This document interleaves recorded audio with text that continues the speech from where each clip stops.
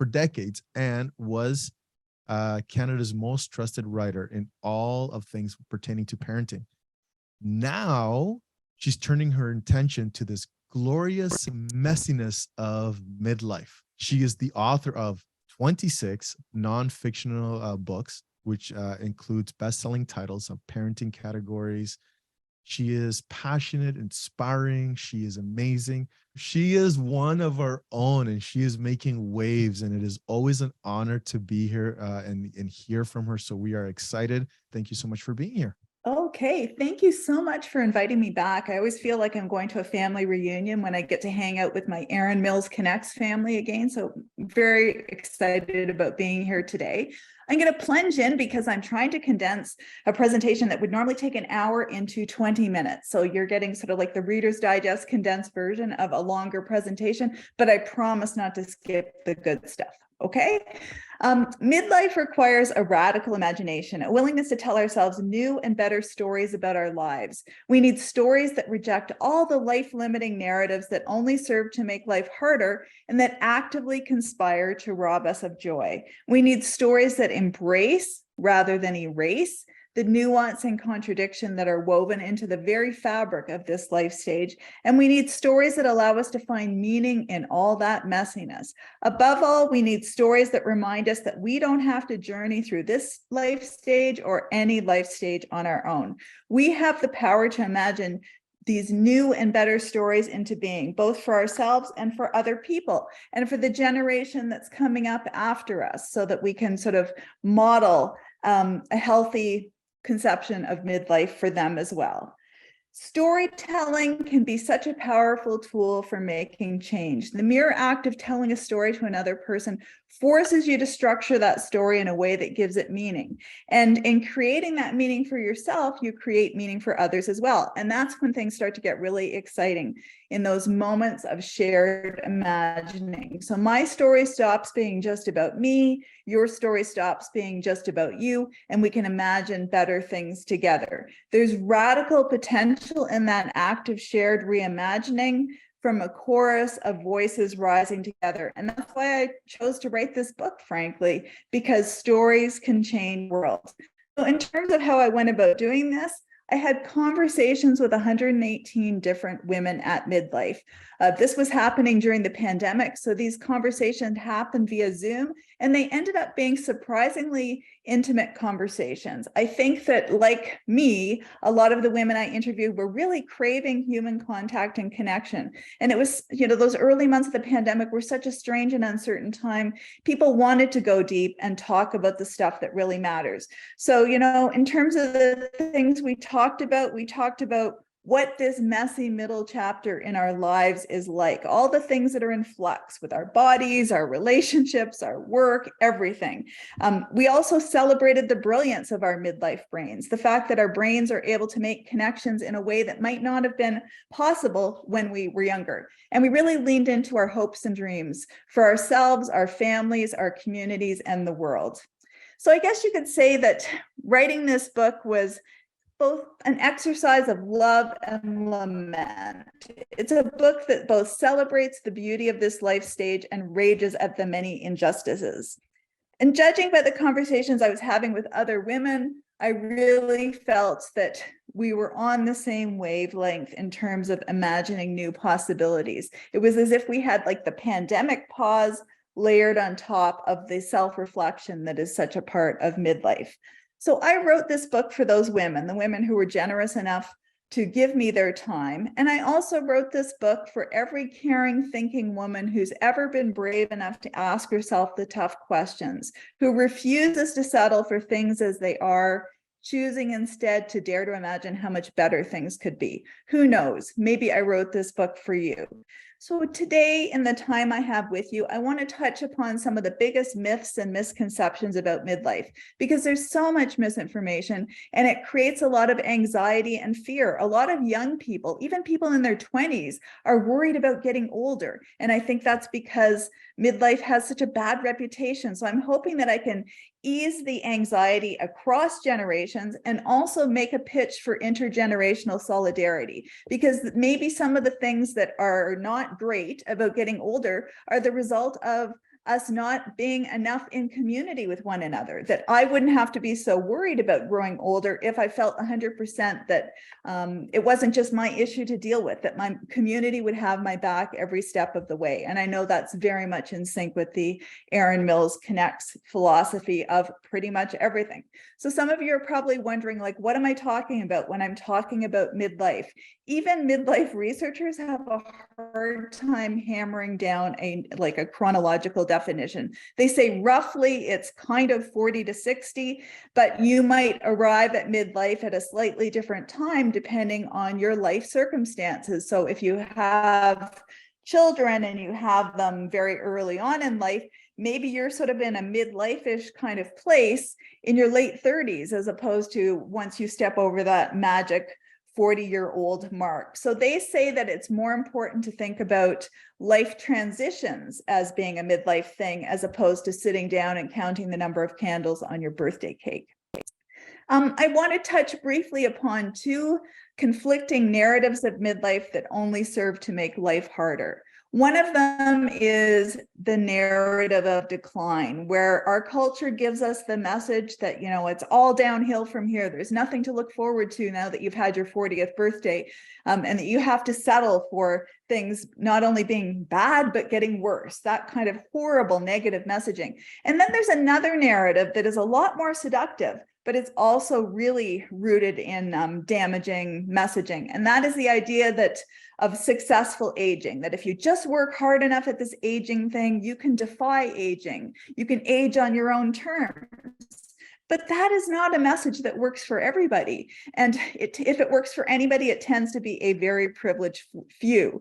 Most of us only have so much control over our health and well-being over the long term. We're dealing with a lot of different kinds of factors. And so to put all the responsibility on each person's individual shoulders and say, aging is your problem to deal with, and you know, if you fail at aging by not being able to stay eternally youthful, well, that's your fault, and you know, you've got to figure this out on your own. That is not helpful at all. And so I think that we want to reject both of those narrative extremes. What we want is a narrative that is much truer to life, that acknowledges that there's beauty and challenge baked into every life stage. And just as a matter of personal testimonial, I can tell you that midlife has been my favorite life stage so far. I really love the opportunities for learning and growth, as opposed to feeling like, you know, that I've reached my best before date or something like that. And I have reached a point in my life where I actually really embrace that messiness. I don't want to pretend that life is neat and tidy at any life stage, because it's not. I love knowing that something can be both, you know, exciting and exhausting at the same time, because that's what life is like. I think we deserve so much better narratives about midlife that embrace rather than shy away from all that messiness, and stories that leave us feeling seen and celebrated, as opposed to held to some impossibly high standard, or worse, completely erased.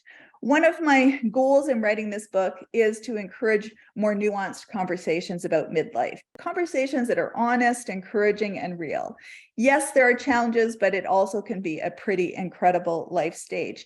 If only because you have so much living under your belt, you've learned so many coping strategies along the way, and you also hopefully along the way have learned the gift of self-compassion, the ability to treat yourself with at least as much kindness as you would extend to somebody else.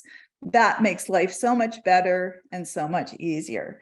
So now that we've tackled sort of like those two narrative extremes, I want to talk about some of the myths. And I've identified 7 myths about midlife. The first is that there's anything even remotely resembling a one-size-fits-all experience of midlife with a predictable middle or beginning, middle, and end. That's not the case at all. I was very influenced by the writing of an author named Ashton Applewhite, who writes in her book, This Chair Rocks, a Manifesto Against Ageism. She writes, "The longer we live, as more experiences inform our uniqueness, the more different from one another we become." And I would add, the more different our subsequent experiences end up being, because over the course of our lives, inequality or privilege tend to accrue. And so at the end of our lives, there can be as much as a 12-year difference in length of life in between people who have a lot of privilege and those who are experiencing a lot of inequality. I also think a lot about what journalist and activist Mona El-Tahawy describes as the Venn diagrams of oppression that color your life. I love her call to action, which is, we must fight the multiple systems of oppressions that patriarchy often intertwines itself with. Racism, bigotry, homophobia, transphobia, classism, ableism, and ageism. There is much work to do, and I couldn't agree more. The second myth is that you're destined to have a midlife crisis, that if you're at midlife, you're going to have this crisis, or that you're going to experience like this midlife dip in happiness that makes your life miserable for a while. Given how many articles have appeared in the media about this supposedly ubiquitous crisis, and all the movies and bad sitcom scenarios it has inspired, you might be surprised to learn that a midlife crisis is actually the exception rather than the rule. Respected midlife researcher Margie Latchman has estimated that it probably is something that only 10 to 20% of people experience, which is very different than the cultural messages we're given. Where did this idea of a midlife crisis come from? As it turns out, from a handful of books that were written back in the 1970s that mainly focused on the experience of wealthy executive men. So very narrow population. And even the definition of what constitutes a crisis has kind of taken on a life of its own. It could be that you have a momentary challenge in your life and you think that's a crisis, or it could be something like, a full-blown burning down of your life kind of situation. And even when we look at people who say they've had a midlife crisis, if you drill down and ask them, well, how old were you when you had your midlife crisis? They will say anywhere between the ages of 17 and 75, which guys, that is not midlife. That is most of your life. So definitely causes midlife crisis to lose its meaning. The problem is that this myth causes so much harm. People who are at midlife who might be going through a time of struggle will tell themselves, well, of course I'm feeling anxious and exhausted. I'm at midlife. This is the way it's got to be. And they settle for that. That is really dangerous. There's actually evidence to show that you can have like a 7.5-year reduction in length of life just by assuming that this is the way it is, because you might not go to the doctor and get something checked out, and that could have serious health consequences for you. So I think that we need to reframe the whole idea of the midlife crisis and think of it more as like a midlife check-in, just like the community check-in today, checking in with yourself and saying, what's my life like right now? What do I want for myself? What can I learn from my past experience? Connecting all those dots, and then just recalibrating what we want for ourselves. And in terms of like the so-called happiness curve, which you've probably seen a ton of different media articles about this, I also need to challenge that. Midlife researchers have done a brilliant job of debunking the idea that you're going to have some inevitable bottoming out of happiness at midlife. They found that the study design was poor, and that it only measured like one tiny element of happiness. If you take into account like meaningfulness and interconnectedness, all of those other kind of positive emotions, then there's a steady increase from youth all the way through to old age. So that's something positive that we can really look forward to. The third myth or misconception that I wanted to tell you about is the idea that you're destined to feel devastated when your kids leave home and you're doomed to spend the rest of your life languishing in a so-called empty nest. Well, first of all, not every midlife person is a parent, so it doesn't even apply on that level. And also, if you look at the psychological research, there's a lot of research to show that there's actually an increase in happiness in parents after their kids leave home. And that doesn't mean like it's not very sad in the short run when you walk into your child's empty bedroom and you stand there and you cry for a minute. That's kind of like part of the process. But, a couple of weeks or months down the road, you realize, I have a little more free time. I can do some other things in my life. And so it can be very positive. And also, it's not like your kids are breaking up with you. You know, you still have access to them. Hopefully you can text them, or they can come and visit. Like, there's so many other exciting possibilities. The fourth myth that I wanted to tackle is the idea that arriving at midlife means that you've reached your best before date and it's all downhill from here, physically, mentally, in terms of your relationships, in terms of quality of life. I think we need a much more balanced conception of midlife. Yes, there are times of loss. There are, skills that maybe wane a little bit, but there are also corresponding gains. And part of the challenge of midlife is figuring out how to use the assets, strengths, and skills that you've acquired along the way to maybe counteract some of those losses or declines. I often think of a conversation I had with a woman named Grace, who's one of the women I interviewed for the book.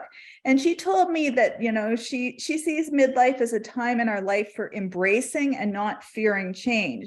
Instead of thinking of aging in terms of degradation or degeneration as you move further and further away from some youthful ideal, she likes to think about it as like experiencing the changing self as, this creative dynamic force that is interacting with the world in new and different ways. So being fascinated by the process of change as opposed to feeling like it has to be something you have to be afraid of. She told me that she really hoped I would write a book about the economics of midlife, what we value at midlife. And I'm not 100% sure I did that, but she certainly made me think about that tension between holding on to the past and being open to valuing things in your future in a very different way. And she also inspired me to pull out my copy of Robin Wall Kimmerer's book, Braiding Sweetgrass, Indigenous Wisdom, Scientific Knowledge, and the Teaching of Plants, and to flip to the passage in that book where Robin writes about how ponds become marshes, and then maybe even meadows or forests over time. In her book, she muses about what we can learn about this as humans who are ever changing too. Ponds grow old, and although I will too, I like the ecological idea of aging as progressive enrichment rather than progressive loss, she writes. I love that so much. I also love another idea I came across in reading the work of other authors about midlife being a process of becoming a fuller and more self-aware version of your younger self. The fifth misconception that I wanted to tackle is that midlife is about totally reinventing your life in far-reaching and expensive ways. And if you're not burning everything down in your life, you're not doing midlife right. And I think that we could debate how much this sort of Freedom 55, burn it all down thing was ever an option for the majority of people. But it's clear that the financial constraints and the rise of precarious work have made it a lot more challenging to pull this off. So I think that we want to check some of those messages around midlife that seem to be more about selling a lifestyle as opposed to giving you anything valuable to sort of anchor your midlife experience in.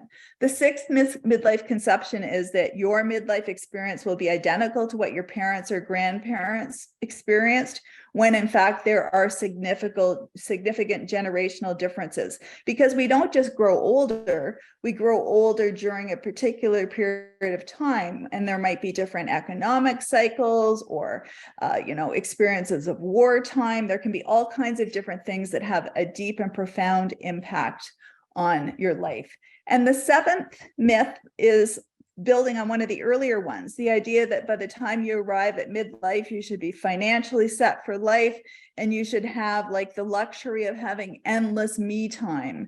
You will be that wealthy person on a mountain doing yoga all the time, when again, that's just a fantasy and something that applies to the lives of only a handful of midlife adults. Even back in 2015, writer Paul Irving wrote in an article in Generations magazine that while other previous generations of midlife and older adults worried about running out of time, current generations are much more worried about running out of money. So as we head into the home stretch, before I have a lovely conversation with Miguel, I just wanted to sort of remind you of some of the opportunities, because it's not all about challenge. It really is quite exciting. And I'd like us to sort of, for a moment, begin to reimagine midlife together, to recognize that we have control over the narratives in our society, and we can push back against the ones that just aren't working in any way. We can celebrate the many ways that midlife contributes to our growing sense of self-awareness and self-knowledge. We've had decades to figure out who we are and how we fit into the world, and that is really inspiring. We can also recognize that the growth is not over. We can continue to learn and grow as we grow older, and that's one of the things I love about this life stage. We can treat it as an opportunity to invest in relationships, to really recognize our interconnectedness to other people in our families, in our friend circles, and in our community. And that will allow us to break free of the fear of becoming a quote unquote burden as we grow older, because you are never a burden to people who love you. So we want everyone to feel that sense of community. We can recognize the radical potential of midlife, and by that I mean the opportunity to make change. Yes, this is a stage when midlife women in particular are increasingly treated as invisible, but we can see that invisibility as something like a superpower, because you sort of fly under the radar screen. And if we're going to use our superpowers for good, I would like to see us all commit to continuing to work for the kinds of changes we've been waiting for our entire lives, and to love one another through the messiness of figuring out how we make change together. And finally, we can treat midlife as an opportunity to honor the uniqueness of our own journeys, the unique combination of life circumstances that brought us to this place and made us who we are. The good news, we don't have to make that journey on our own. We can journey together. We can continue to share our lives and our stories. All right. So, ladies and gentlemen, thank you so much. Ant's going to stick around a little bit, but right now, I would love to introduce the great and powerful Arden from Polycultural. He has, it is a community check-in, and he just wants to come here for a bit and just let us know what's going on in the community. So, Arden, the time is yours. Thank you so much, Miguel. Very appreciated. I'm very happy to be again back in this meeting after such a long time. For those who don't know me, I am Artan, and I am a community resource worker for Polycultural location in Mississauga. My job is mostly organizing group sessions for newcomers, for our clients and others. We invite different speakers on different areas of interest. I also am in charge of the outreach and marketing for Polycultural. As you may know, Polycultural is a member of the United Way Greater Toronto since 2013. And every year, as a member, we have a kind of an obligation to do our own fundraising in all our locations. And all the proceeds that we collect, they are sent back to the United Way. And this year, as the previous year, we are also doing a bunch of events in Mississauga included. And the reason why I'm here is to, let's say, advertise a little bit about our holiday market event. We were planning to invite a bunch of vendors, small vendors, mostly newcomer women who have just started their small business and wanted to promote them. So far, we weren't able to, let's say, raise enough interest. So let me tell you, the news might be a chance of 50-50 that we may cancel because of not too many people showed interest. So I would appreciate if we can spread the word among your social and professional networks. If you can identify interested newcomer small business owners, ladies who would like to attend this. Probably it's related to the, let's say, slow restart of the business after over 2 years of COVID. And many people are reluctant to showcase and be part of such kind of market holiday events. So hi everyone, my name is Widad. I'm the crisis counselor at Polycultural in Mississauga. So I actually work alongside Arten, who you just heard from. So my job here at Polycultural is to provide mental health support to anyone, everyone. So mainly we target newcomers and refugees, people who either have the immigration status of being a permanent resident, government assisted refugees, or convention refugees. However, we do have the capacity to work with individuals who fall outside this eligibility criteria. I just want to touch on something Anne said that kind of stuck with me about how life transitions can be considered midlife rather than age itself. I think for a lot of newcomers who come to Canada, they're starting from scratch, even though they're, in their 30s or 40s, 50s, whatever it is. So I really appreciate the optimistic perspective that Anne offered, and that we're always learning and we're always, we never stop learning, and we have to continue to make meaningful memories. In that, social support is really important. And for a lot of newcomers, that social support has kind of been left behind in their home countries. So in terms of counseling, I see a lot of clients who are struggling with things like anxiety, depression, other sets of mental health concerns. And for newcomers specifically, a lot of it has to do with finding housing, the stress of finding a job, and even just feelings of depression about leaving their home countries and leaving people behind. So I can try my best to connect them with social groups or other resources in our community that can help with that, and also provide direct counseling. And also we have a really interesting program here in the Mississauga location called the Problem Gambling Project. It's actually developed by CAMH, and it's targeted towards South Asian communities. So it's for people or individuals or families of individuals who are struggling with a gambling problem.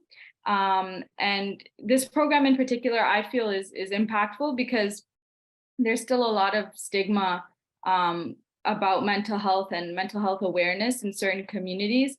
So, I'm going to be starting to run some workshops about the problem gambling every month, and hopefully that will spread awareness and hopefully encourage people to seek help. And also that program is in Urdu and English, and also I provide counseling in Urdu too, if needed. The services are free of cost for clients because we are funded by the IRCC, which is great because it makes our services very low barrier for people. And we want it to be easy for people to seek support. So thank you so much. My name is Lama Farah. I'm the cultural worker for MAN program. MAN is a collaboration between Peel Children Aid Society and Polycultural. MAN means together in Arabic. It's an initiative that provides culturally competent services to the Arab families who work with Peel Children Aid Society. Through MAN, we connect the Arab families to the services in the community that meet their needs, especially to the culturally appropriate services when they need it. And also the core of my role as a cultural worker is to bridge the cultural gap between the Children Aid Society, the Peel Children Aid Society workers, and the Arab families. And that's by help and support the workers in Children Aid Society to understand the cultural issues that led to their involvement, to the society's involvement with the family, and also support the Arab families to understand the child welfare system and to understand the role of PIL Children in Society. As you know, there's a lot of misconceptions. We support the families, provide them and connect them to the services, and also raise the awareness about the PIL Children Aid Society. So if you know any of the families who would maybe benefit from our service, from MAN, so most welcome to refer them through the worker in PLCAS. So for those who I have not met yet, my name is Chanel Sang. I work at the University of Toronto, Mississauga at a research center called the Center for Child Development, Mental Health and Policy. My work involves overseeing administration and our community engagement, including partnerships and knowledge mobilization, or getting our research and information that we've got from our studies and getting it out to the communities where it can hopefully help and support the great work that's already being done here. So today I'm going to share one of the campaigns that our center is doing, as Miguel said. As part of the center, we have a research lab that's dedicated to studying child development, the SETI lab. And one part of development is kindness. So how do kind emotions and behaviors develop over time? How does adversity affect this development? So our previous research has showed that kind pro-social emotions like sympathy can motivate kindness. So that brings me to the initiative that we've started. It's called the Kindness Hall of Fame. We figured we've got the Hockey Hall of Fame, the Rock and Roll Hall of Fame to recognize that the excellence, but then also why not a Kindness Hall of Fame to recognize these wonderful people who keep kindness going in our communities. We hope that this will give people an opportunity to stop and reflect and think about the everyday kindness that is happening with their families, their neighbors, their coworkers, their friends. And many times the smallest act of kindness can really have a significant impact on someone's day, their life, or even change the course of their life. I am presenting an opportunity at the Dam.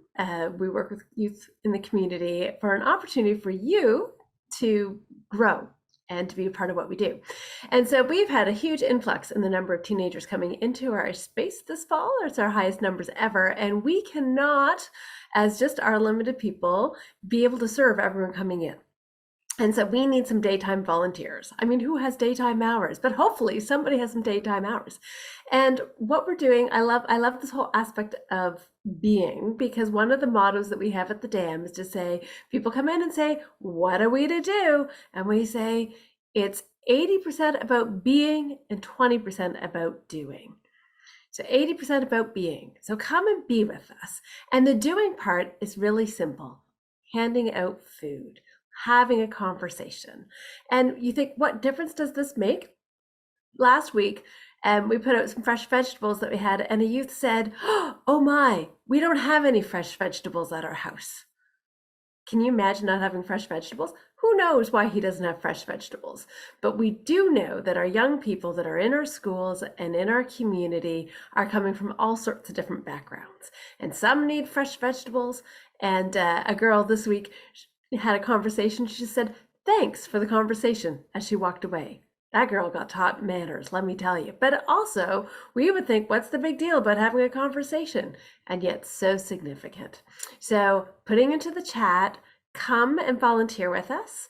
And if you don't have time to volunteer with us, let me also put into the chat, thanks, Kathy, is a link that you can donate gifts into our December campaign, either by money or by gifts themselves, because we want to really just use this season to be generous with our young people, to give them the basics that they need, the vegetables and the practical clothing, as well as the fun treats, just to say, you are significant, you are worth it. So please gather with us in a Project Generosity this month.